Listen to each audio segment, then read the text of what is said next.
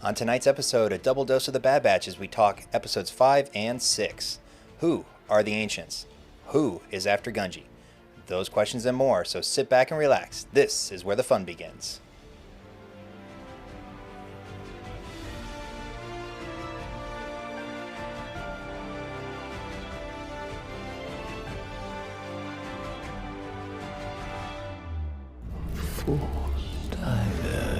The Force is what gives the Jedi his power. Why is the Force connecting us? I'm a Jedi. Always two there are. We're a dyad in the Force.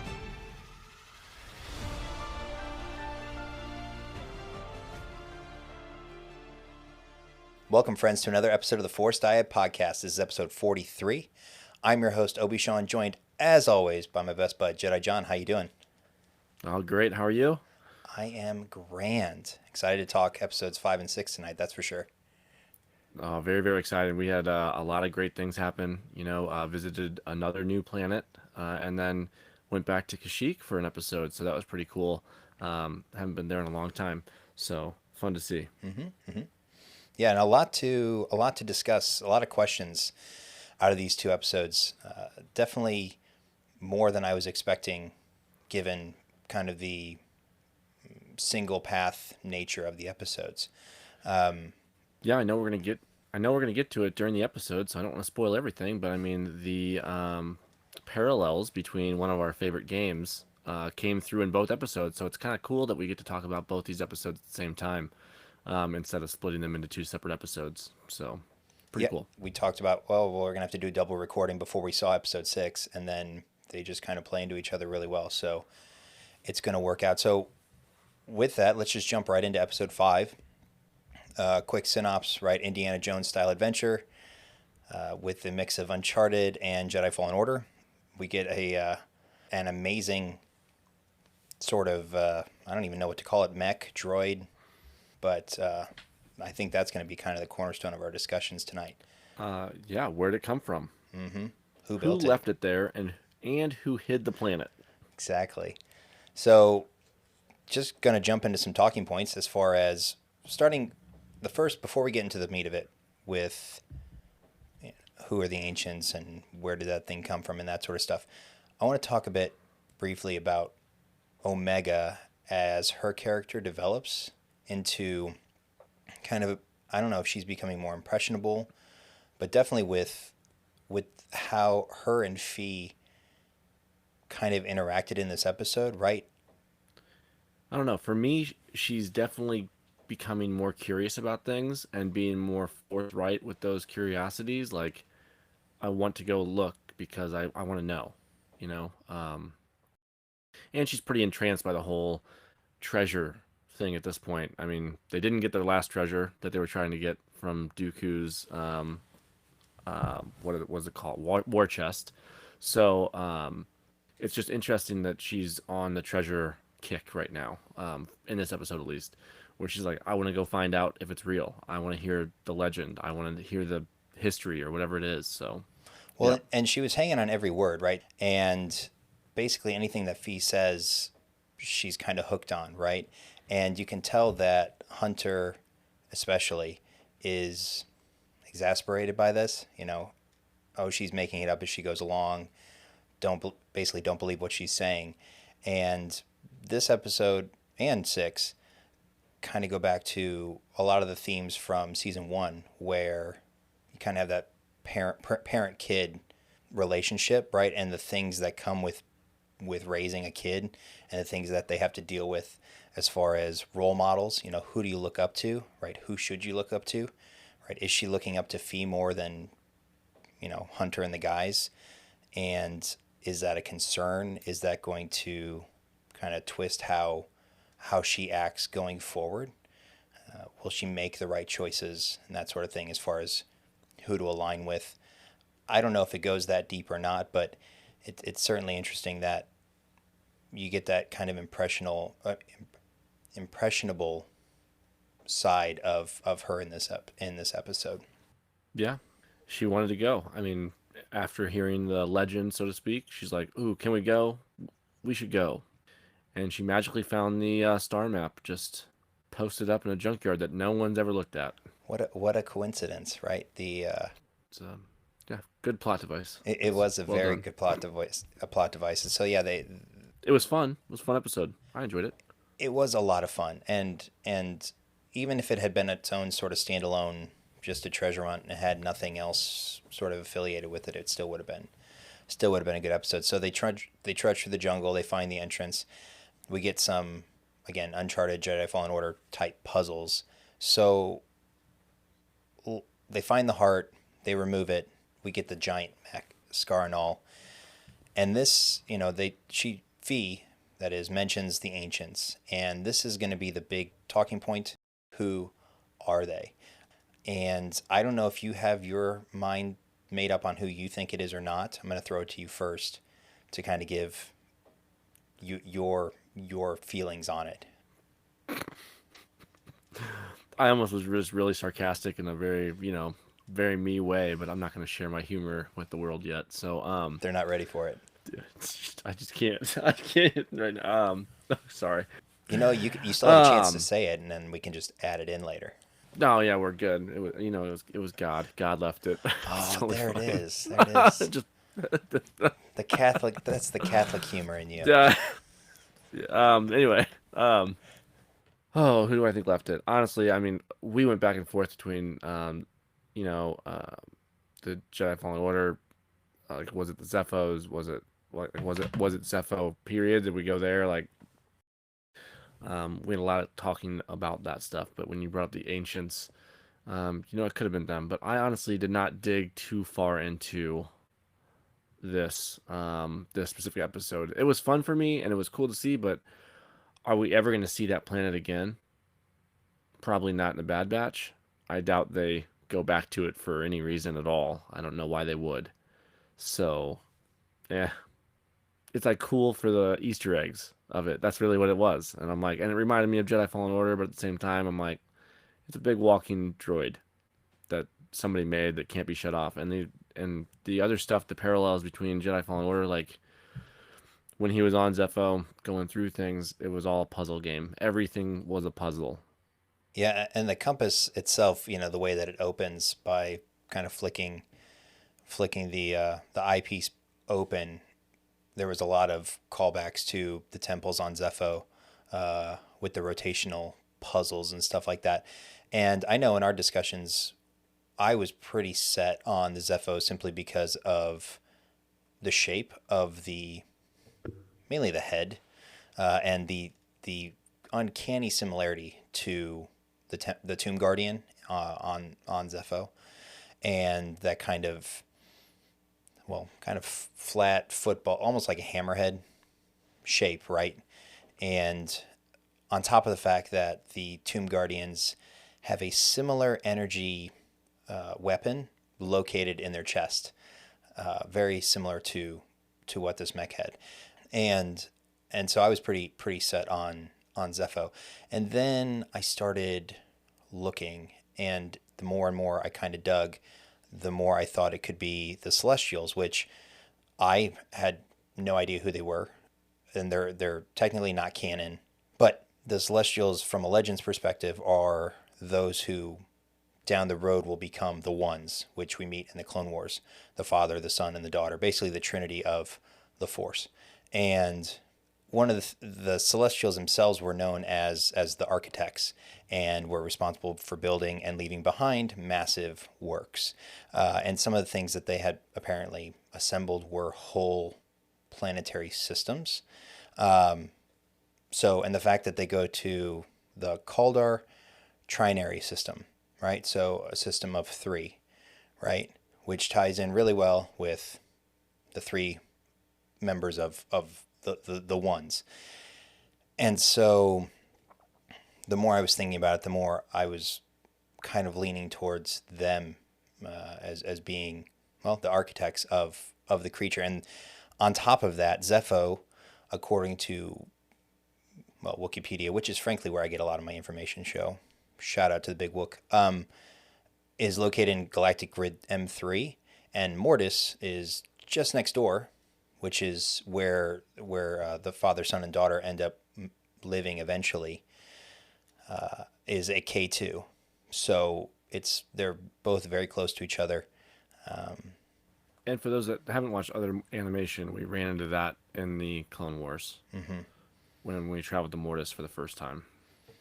Yeah, and the concept is the son is basically the dark side, the daughter is the light, and the father is the balance. He's the in between, and there actually apparently was a mother at some point as well, Aboleth. But again, I think that's still just legend. So it would be really cool if they bring that portion, some of that bit of legends into canon. I mean, they've already brought some of it into canon with the ones, so it would make sense that they could just bring in their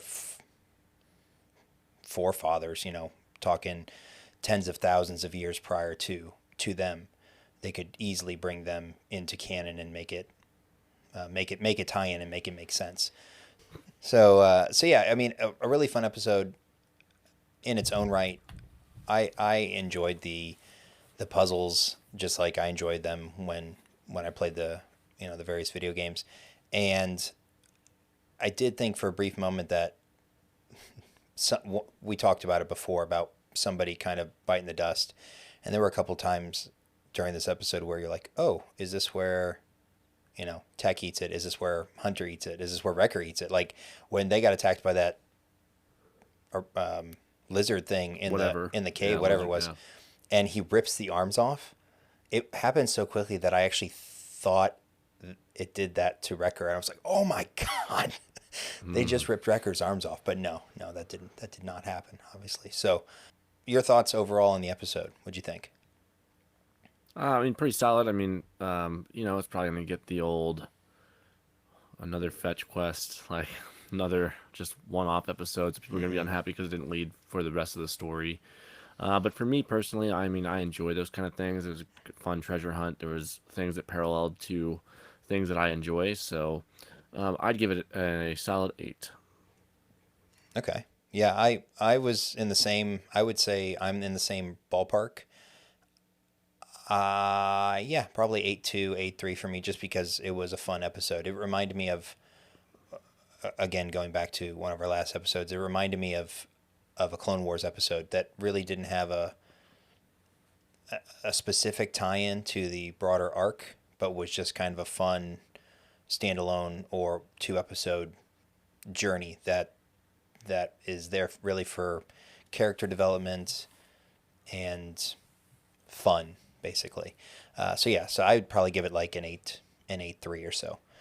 Unsurprisingly, IMDb does not agree with us. Agree. I haven't seen it yet, so I'm curious. And I haven't either. So I just pulled it up, and it's a 1.3, so 1,300 ratings, and it's a 6. I thought you were leading off with a 1.3. I'm like, oh my god, they hated it. It's terrible. 6.2 out of 10 out of 1,300 ratings. I'm not surprised though. I'm not surprised because I know who votes on IMDb, and I know that they're unhappy with not getting more of the main storyline that they want. So I mean, I understand that rating, but it was still a good episode. And also for the people that vote on IMDb, I'm just going to go ahead and just say it. They probably didn't play the video game. So there's probably no parallels for them, which is, I mean... Well, and even if you didn't play Jedi Fallen Order, you've probably played some other sort of platformer like that, whether it's Uncharted, Tomb Raider, Assassin's Creed, like all of those games were it just had that feel to it. I mean, it was set in the jungle, so that had a lot to do with it. But the different rooms, the puzzles, everything like that, it was a fun platformer, exploration. Didn't you guys play Zelda? Come on. I stopped after A Link to the Past. I never played the progressions, Ocarina of Time, Wind Waker, that sort of stuff. I know I missed out on those. That's on me. That's on me. Certainly did. Anywho. So user reviews time. Oh gosh, you're actually gonna go there. We're gonna have some fun with this. Scary. Posey fan number 1. Our old friend Posey fan's back. Oh good. Omega was in it, so it was terrible. 4 out of 10. The Bad Batch needs to start deciding what it wants to be. I mean, it says at times atmosphere is too childish. Can't take it seriously. Entombed in particular gives us no deliberate reason as to why it should exist. In the end, the Bad Batch needs to choose between being a war drama. I don't think it was ever meant to be a war drama. Focused on the Empire and the peripheral clones, or an easy watching kids show. Another inconsequential episode. So your thoughts on that? I mean, they're not wrong. If you are looking for a dark drama about war and how these clones are working through being on the opposite side of that war from their brothers, yeah, it's this episode was a waste for you. I completely see where that's coming from. But also, it's an animation, and so it is technically rated for children. Well, So, and I don't think that this show was ever going to be a war drama. that. Like looking into the psychological trauma of clone troopers in the Star Wars universe, like that, like it did for that, for episode 3. And we're gonna get more episodes like that still. Like they're still coming. Like I mean, come on, we can't go the rest of the season without seeing Crosshair and Rampart and what they're doing again. Like those episodes will come again, so it's not like they're not coming. But I understand the feeling of impatience, and because I want to see that stuff too. Like I already told you earlier this season, like this episode gets a high rating because I got some Rampart, I got some of the dark tones of the Empire taking over and expanding their reach. Like that's what I want too. So I can agree, but also at the same time, I'm still enjoying the episode. I'm gonna guess he doesn't play Jedi Fallen Order. Sorry, Posey fan. Yeah, it doesn't say anything about the games. It just says give me Empire. Next one, 6 out of 10. Seriously, stop with the mission quest of the week. Next one, 2 out of 10. This ought to be good. So boring, another boring filler. Yeah, I mean, let's face it, adults like when things move forward every episode. So I mean, And that's you it. go talk to a kid right now. Did you and- write this? Because that's literally what it says. It says no character development and the plot doesn't move forward. Did you write this review? Was this you? I didn't. It was not me. Not me, because in my heart and my head, I'm still a child, so I enjoyed this episode still. Well, you have to I feel like to enjoy Star Wars at its core level, you have to be able to suspend your disbelief and to some extent like enjoy childish things. Says I thought last week's episode Faster was the worst episode in season 2, but I was wrong when Intune came out. Well, Let's see. I to feel like each their own there. I feel like the Bad Batch show wastes its potential. This show should have tell. Oh my gosh. See, this is the thing when you try and read user reviews that are horribly written. Tell the story about the Foundation and growing the Empire, about Order 66, inhibitor chip, and conflict between Crosshair. Almost not a credible source here. Can't write properly. Can't take it seriously. I want more deep and dark episodes like Solitary Clone episode and Andor series. So, Cool. okay. Yeah. 6 out of 10 filler, 4 out of 10 back to filler of the week. They are speaking from a 35-plus-year-old mindset right there. That's what I'm gonna age them out. I'm gonna age them out right now. 2 out of 10 awful episode. Absolutely awful episode. I'm not sure if Fee Genoa ever was introduced before. They clearly didn't watch the first couple episodes, but her character is perhaps the worst written character to ever grace a show with its presence. Wow. We don't know her well enough yet. How can you even say that? We don't even know her. Who greenlighted this? Like this is wow. That's all right. Guys are in charge of your other favorite live action show that you rave about. So congratulations on throwing them under the bus. Unreal. Wow. 5 out of 10. Why Wanda Sykes? Because she's awesome. Why not? Like, get over it. God, get over it. They say her voice is grating and annoying. So, there's that. I mean, hey, if the voice annoys you, can't help it. I mean, everybody has that one voice actor that they're like, why? Why are we doing this? Yep. And so the last one we'll take a look at, and then we'll kind of move along, is 2 out of 10, episode 9 style disappointment. So, I'm saying like Rise of Skywalker, the Rise of Skywalker. Oh, the movie disappointment. I thought they were going back to season 1. I'm like, what was episode 9 in season 1? I don't know. Yeah. Wow. Wow. Yeah. Wow. Okay, here we go. The main character is another stereotyped Admiral Holdo, radical activist kind of character, annoying and meaningless. The main plot evolves around a randomly found MacGuffin, which they find in a pile of junk, which is indeed a brilliant indicator for the quality and further story to come. Wow. It gets even worse. MacGuffin unlocks, of course, another even more meaningless and boring Mega MacGuffin. Then some trouble arises, so Mega MacGuffin needs to be chased. Congratulations if you haven't fallen asleep by now. Wow. And then there's... I feel like Owen Wilson over here. Wow. Wow. Wow. Only thing missing was Admiral Holdo, too, flying around like Mary Poppins in Episode 9. Admiral Holdo wasn't flying singing. around. Just the rain this time are the tears of the Star Wars fan subscribers. This person does not care for... Please give me some cool female characters like Leia, Padme, or... Oh my god, you're going to love this. They meant to write Jyn Erso, right? Jyn. But they wrote Shin, as in your shin on your leg. Shin. Shin Erso.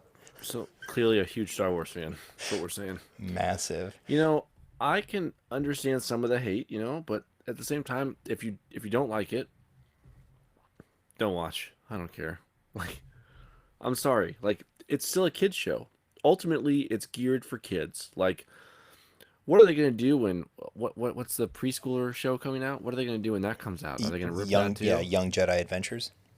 Yeah, are they just going to sit like, I'm 35 and this should be darker? I mean, what do you want? Like, they should empire murdering children on new planets. What? No. They may end up skipping over that one, I think. I don't know, because being that it sets in the You don't think the preschoolers need to know about the Empire murdering entire planets of people and pillaging their resources? Can't believe it. On today's episode of Star Wars History, we'll take a look at imperialism through the eyes of Admiral Rampart, and then tie it into British imperialism, or pick your imperialism. A history lesson with Star Wars. That would be funny, actually. So yeah, I tend to agree.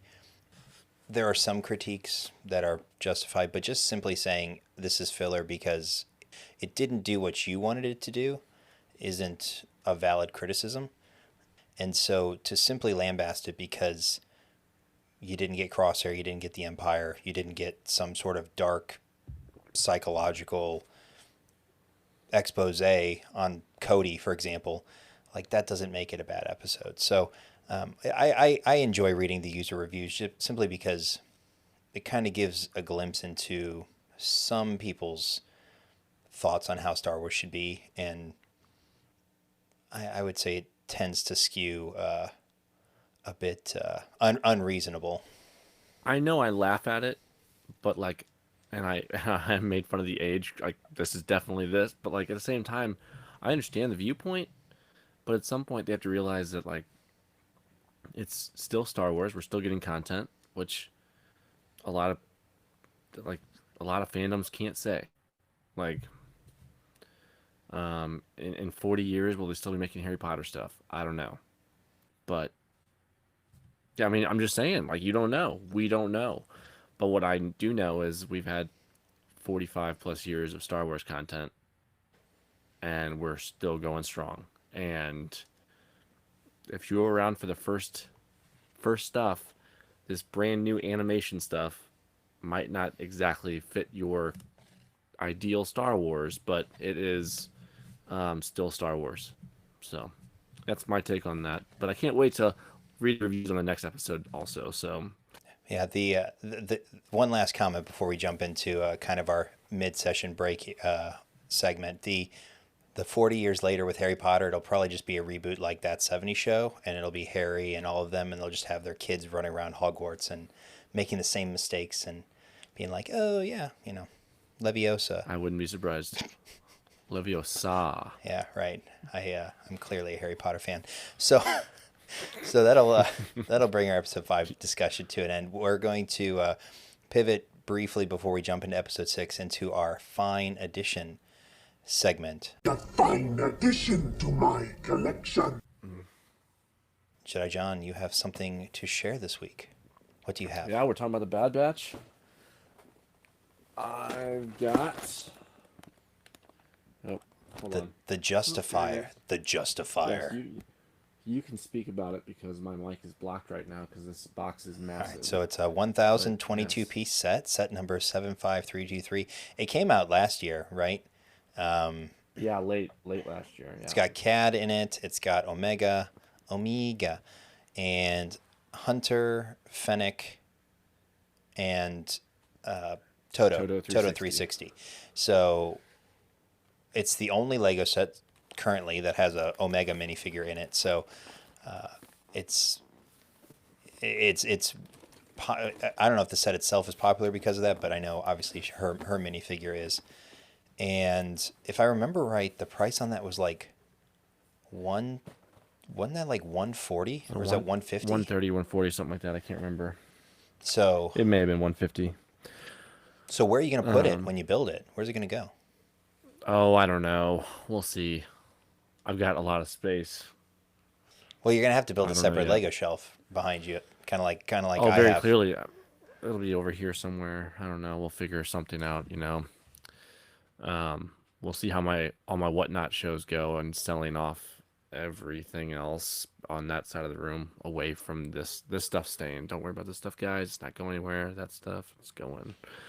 That's your You can't see Funko that wall. right now. That's your Funko wall, The right? Funko wall is gonna start going because I need more space for this stuff. So it's gonna start getting interesting. So that now brings it to what, like 4 or 5 Lego sets that you have sitting in that back room that you've yet to build?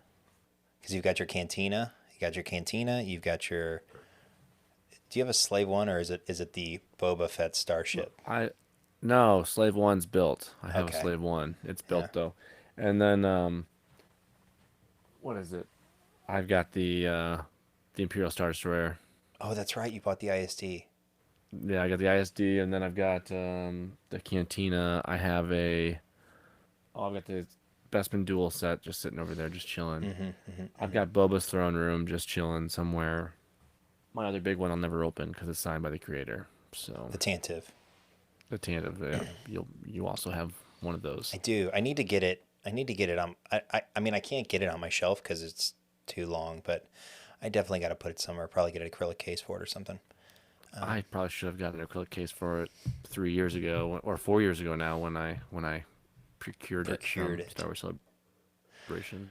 So, I don't have anything this week for the Fine Edition. I could have pulled like my BD1, which actually would have been relevant, I guess, for the Jedi Fallen Order tie-ins, but I'll wait. Wait to do that. That'll probably be my next time lapse build. Which, if you haven't watched it already, it's on the YouTube channel. The time lapse build of the TIE Bomber. So, friendly plug for the Pretty good stuff there. for the YouTube channel. Yeah, go check us out. Speaking of Jedi Fallen Order, Jedi Survivor, we found out this is going to be our hodgepodge news segment, got delayed till April 28th, and I was like so disappointed. But then it makes all the sense in the world if it's related to the Mandalorian in any way. Isn't that right? Yeah, I'm thinking there's spoilers somewhere. Something they didn't want spoiled was in the game. And they don't want it spoiled. And there's a lot of things that could come out of Mando Season 3, which we've already talked about, but let's face it, if Cal Kestis runs across Ahsoka at any time, does Ahsoka have Sabine with her already? Does Sabine help Mando on Mandalore? We don't know. Does Ahsoka help on Mandalore with the Mandalorian Season 3 at some point? We don't know. We'll find out, though. Very, very excited about Mando Season 3, and now being that it's going to all happen before Jedi Survivor, it just might link some stuff up. So we'll see. Well, and the thing I guess I don't understand is how do you get this far and then only now realize that you have something in your game that could potentially spoil something in an upcoming series? Because there's the whole, it needs to be polished and debugged and stuff like that. It's too late for that. Like, you have so many physical copies printed already that you're 6 weeks, well, not quite, no, you're about a month. No, it's 6 weeks. Yeah, 6 weeks away. 6 weeks away from the original launch date. there's nothing you can do from a debugging perspective on the physical copies. So those people are just kind of, you know, up a creek. Oh, they'll get it and then up. Oh, they get the copy and then update it. Yeah, Everything's online now have anyway. have to wait 4 hours for the update to install, just like a new version of COD. The So that's probably unlikely. Mando season 3 ends. The last episode is April 19th. So the fact that it comes out the next week, that's not a coincidence. So there's got to be something, which makes me now even more excited for season 3 to find out what is the cool thing that we get. And what if? Well, no, it's not going to be. It's not going to be Cal himself, but because they're so far ahead in Mando that any sort of tie-in to Jedi Survivor would have to be him going to Mandalore or something like that in the game. And because I doubt it's, the offshoot planets or whatever, that's the big planet. So he would almost have to go back to Mandalore. Cal, that is, would have to go to Mandalore in the game, which would be awesome. Would be awesome. Would be awesome. Would be awesome. So, I don't have any more news and notes. Any news and notes for you? I think we're good. Are we ready for episode 6? Let's do it. So, We catch up to our favorite Wookiee. Just joking. Gungi, which I feel terrible that I've mispronounced Gungi. his name the entire time because I pronounced it Gungi. So That'll happen. that's cool.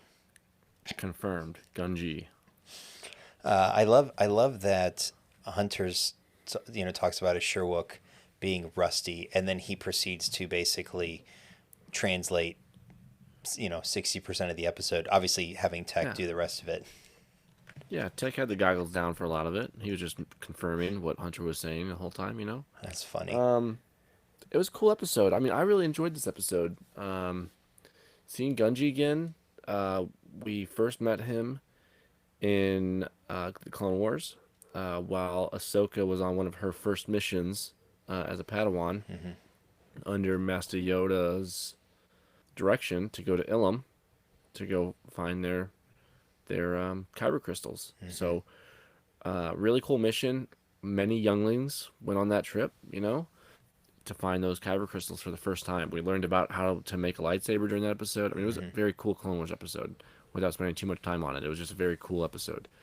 So catching up with him again, seeing that he survived Order 66 and he's out in the world. Very, very cool. I've got one question to ask for you now. Okay. That we've seen. Well, I'll ask now. That way we can cruise to the rest of the episode too. But for Gungi, did he use the path to get to where he currently is?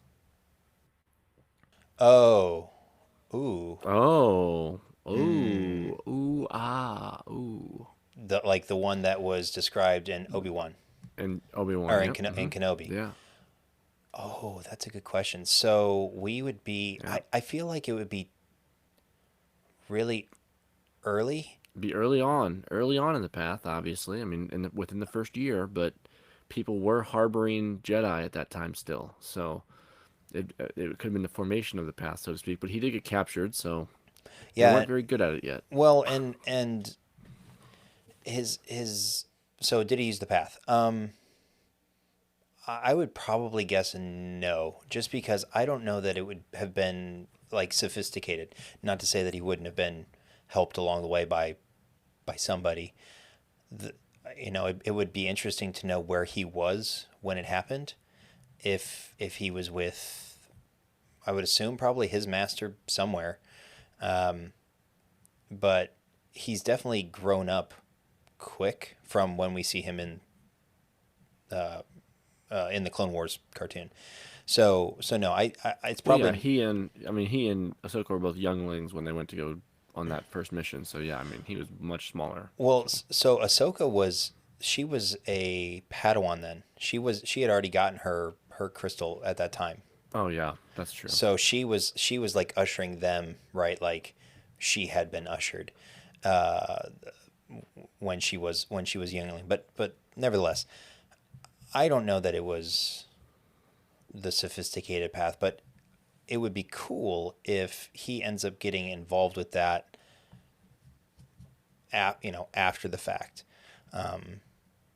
I mean, I don't know if I mean, I certainly wouldn't say Kashyyyk is a safe place, but we talked earlier about a few episodes ago about the episode called The Outpost, and I talked about an old Jedi outpost potentially, right? And then completely forgetting that Gunji was in the series.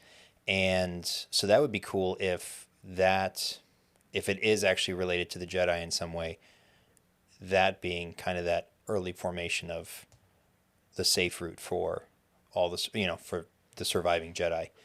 But yeah, the getting Gunji, he's awesome.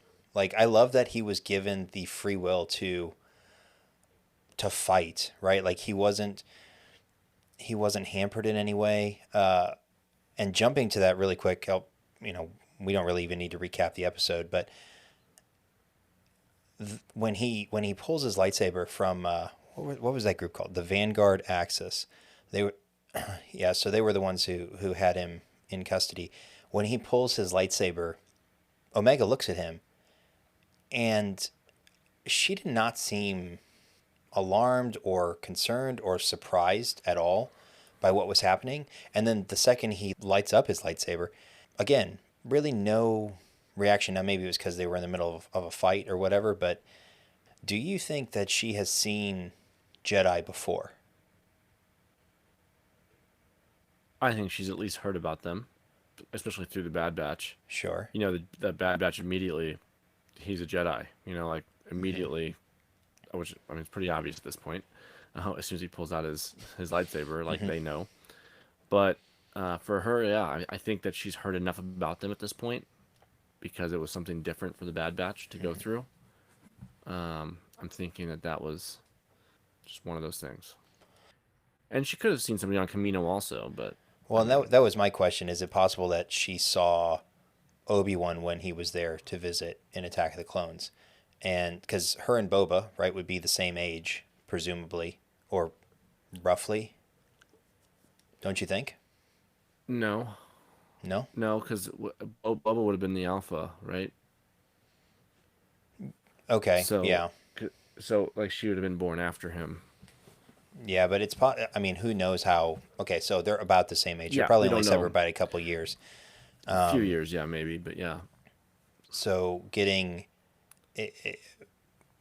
her reaction just seemed too nonchalant to not have seen something before. Like, seen the Force being used and not being wowed or mystified by it. And maybe I'm just reading into it because I do that a lot with many things. And so maybe it's completely nothing, but I feel like the way that she looked at him, like, that was done intentionally. And so it just kind of makes me think that there's something deeper than... Well, I mean, we talked about it last season, Omega potentially being Force sensitive already. Yep. And them sitting in that place, like, she's like, something doesn't feel right.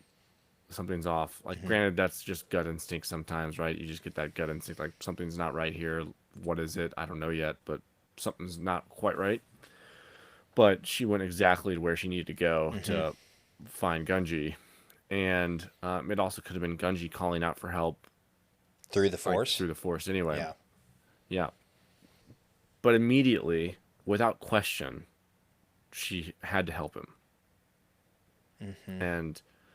I mean, she's seen a lot of things happen throughout her life already, unfortunately. But one thing she knows is when somebody's just hurting someone for no reason in her mind. But yeah, it's kind of different too because, she's on a place where she's not familiar with. They could have had a prisoner for a reason. He could have been a prisoner, like, legitimately because he was dangerous, and she just jumped right in. So something was a connection there for he needs help. Like, they were just hurting him for no reason. Like, he needs help. So I'm thinking that there's some Force sensitivity there. Because even the clone, like, she jumped in, and then so did all the Bad Batch. So. Yeah, well, that was another thing, too, is she runs off, and Echo's like the exasperated parent just chasing, and I'm in that phase now with my son where he's just doing his own thing, and I'm pretty sure that 60% of my day is sighing, um, and rubbing my eyes, but the way that Echo kind of did.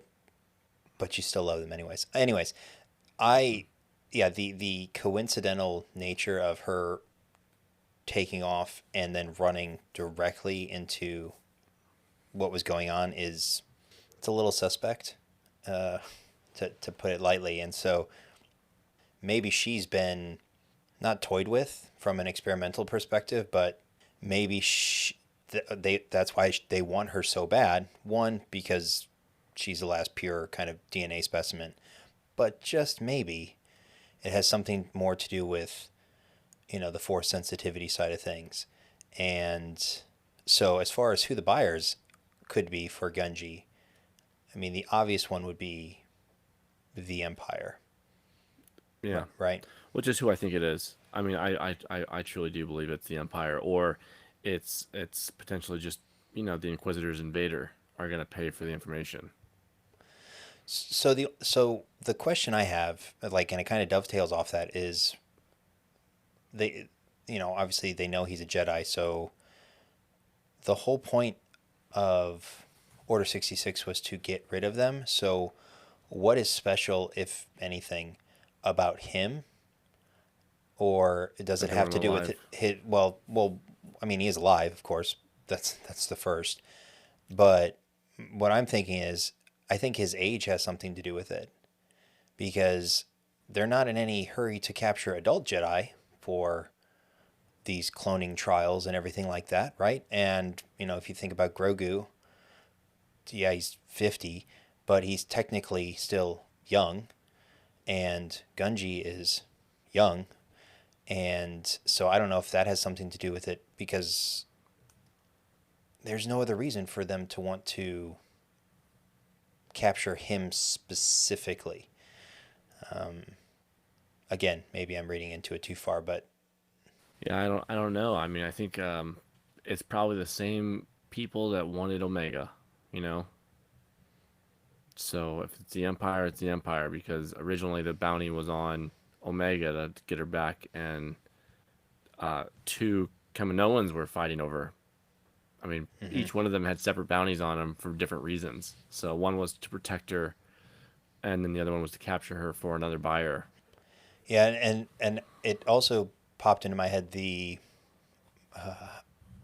well, from the Clone Wars, or not Clone Wars, from Rebels, when they had used Luminara to draw in Jedi. How was he captured in the first place? Was he answering the call? Did he Hmm. hear the connection? Did he feel that pull through the Force?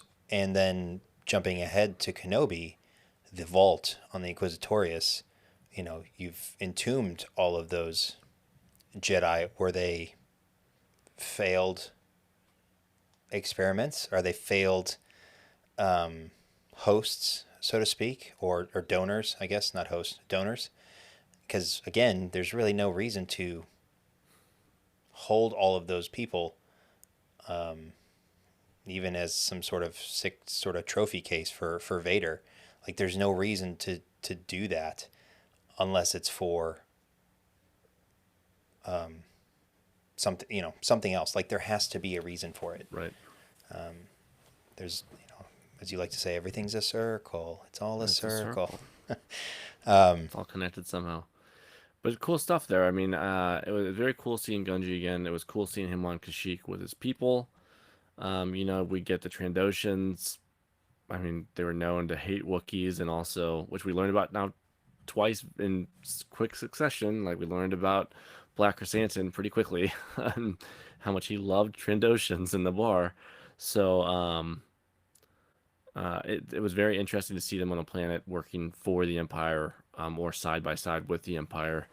Um, and it was probably because the Empire was still growing in some spaces, so they were enlisting the help of other races that they knew would be helpful against other races of and other planets of people because of whatever war they previously had with them, or just the normal stuff. So Yeah, and I in looking at where the planets were for last episode, episode 5, I did not realize that Trandosha and Kashyyyk are literal neighbors. Like they are right, they're in the same exact star system. So, our planetary system. So they're like a hop, skip, and a jump from each other. So it would explain a lot of the bad blood. And now, watching this episode, I could not help but think about what is going to happen, what we know happens because of Jedi Fallen Order.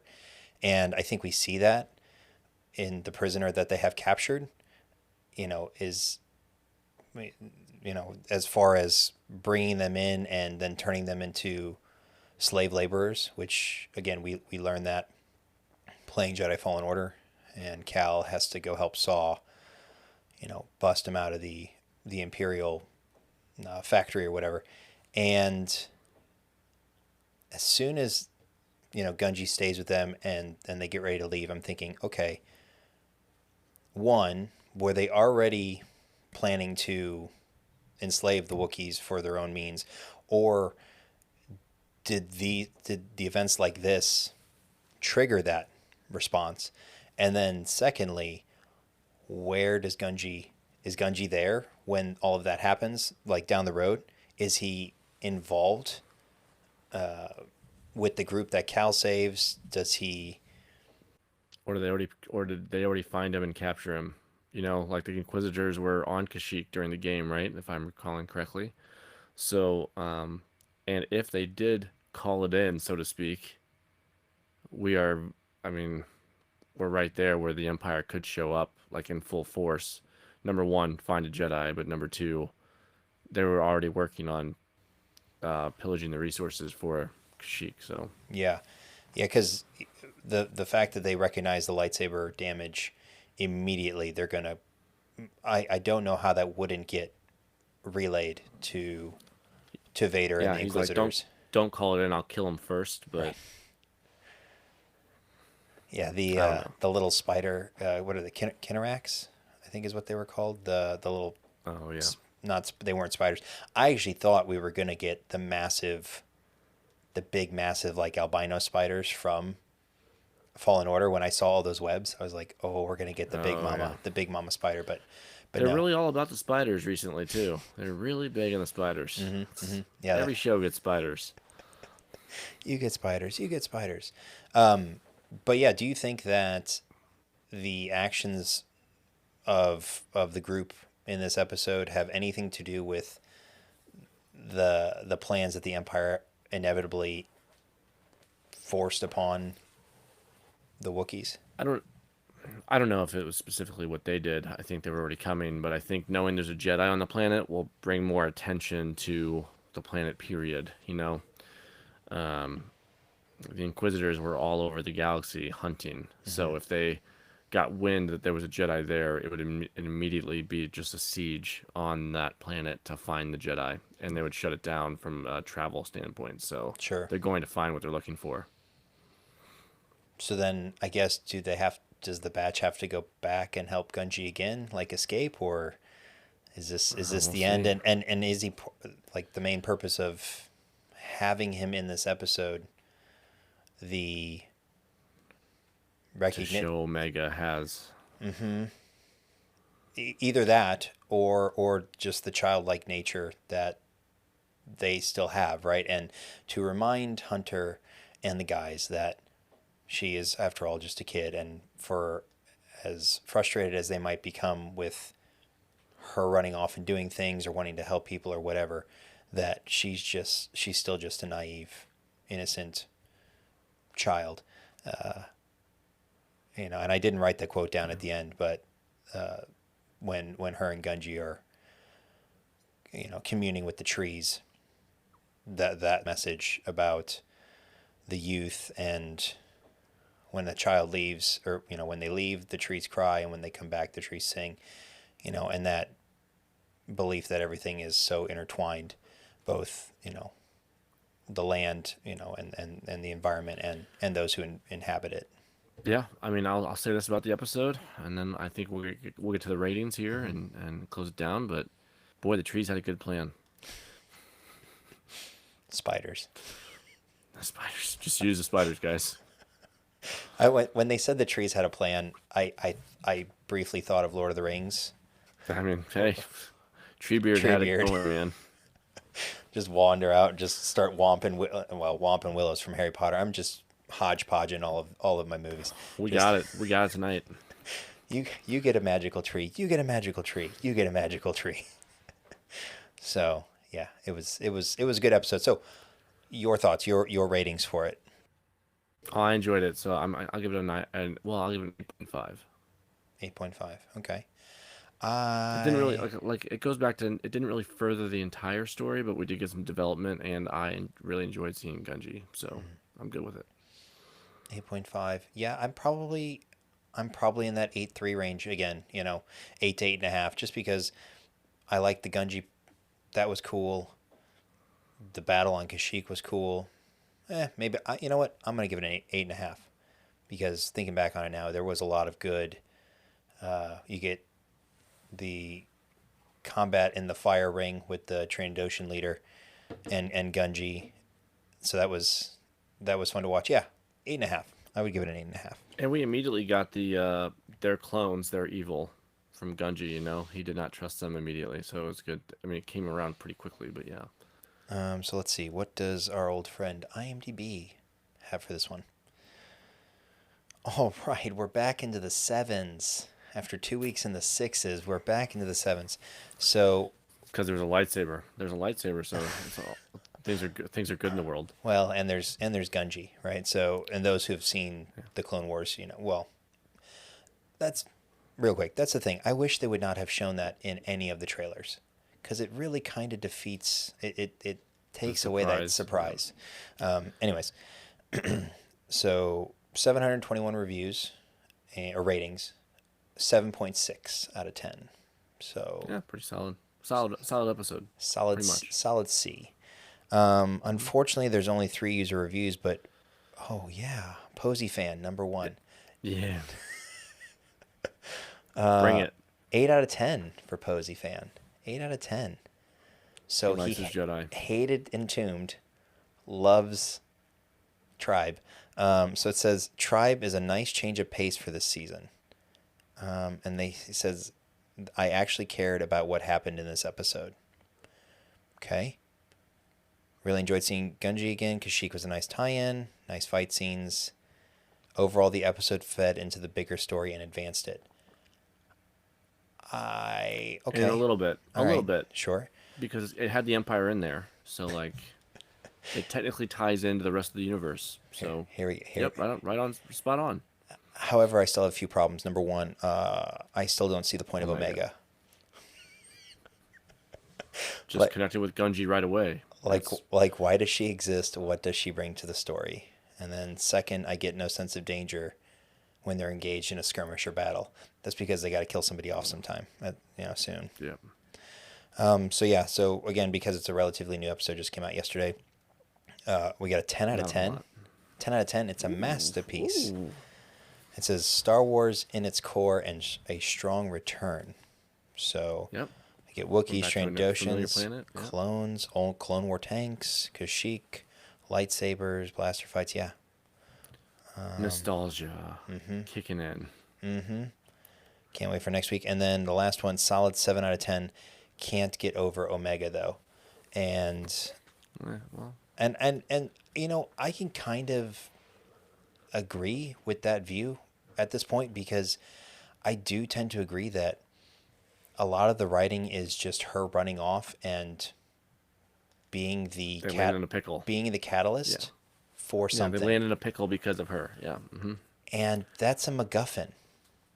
Right? That's what I call Grogu. Grogu's the MacGuffin for Mando, and I really don't want Omega to become the MacGuffin for the Bad Batch. Yeah, she can be much better than that. And she definitely, without question. And the fact that this so Tribe, right? She runs off and finds Gunji, and stuff ensues.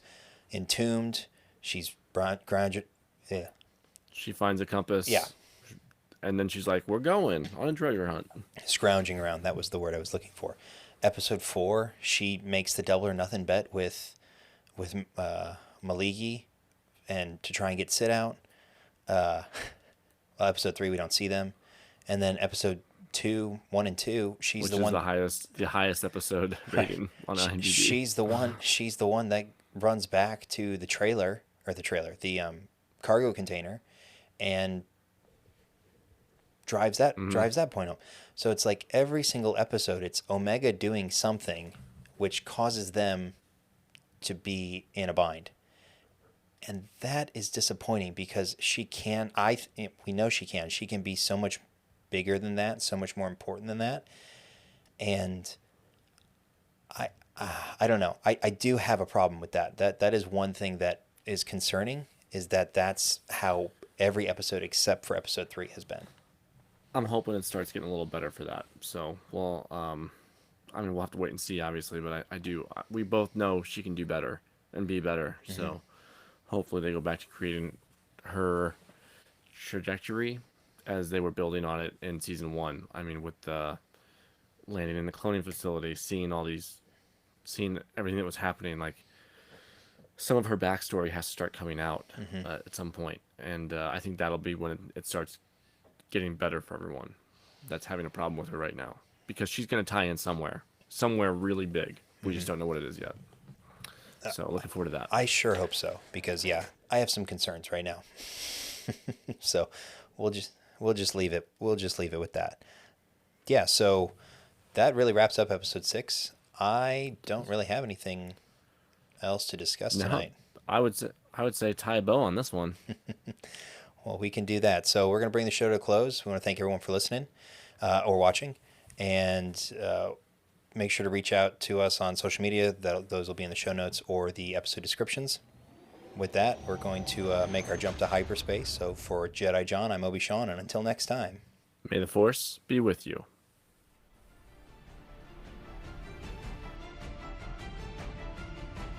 Force divergence.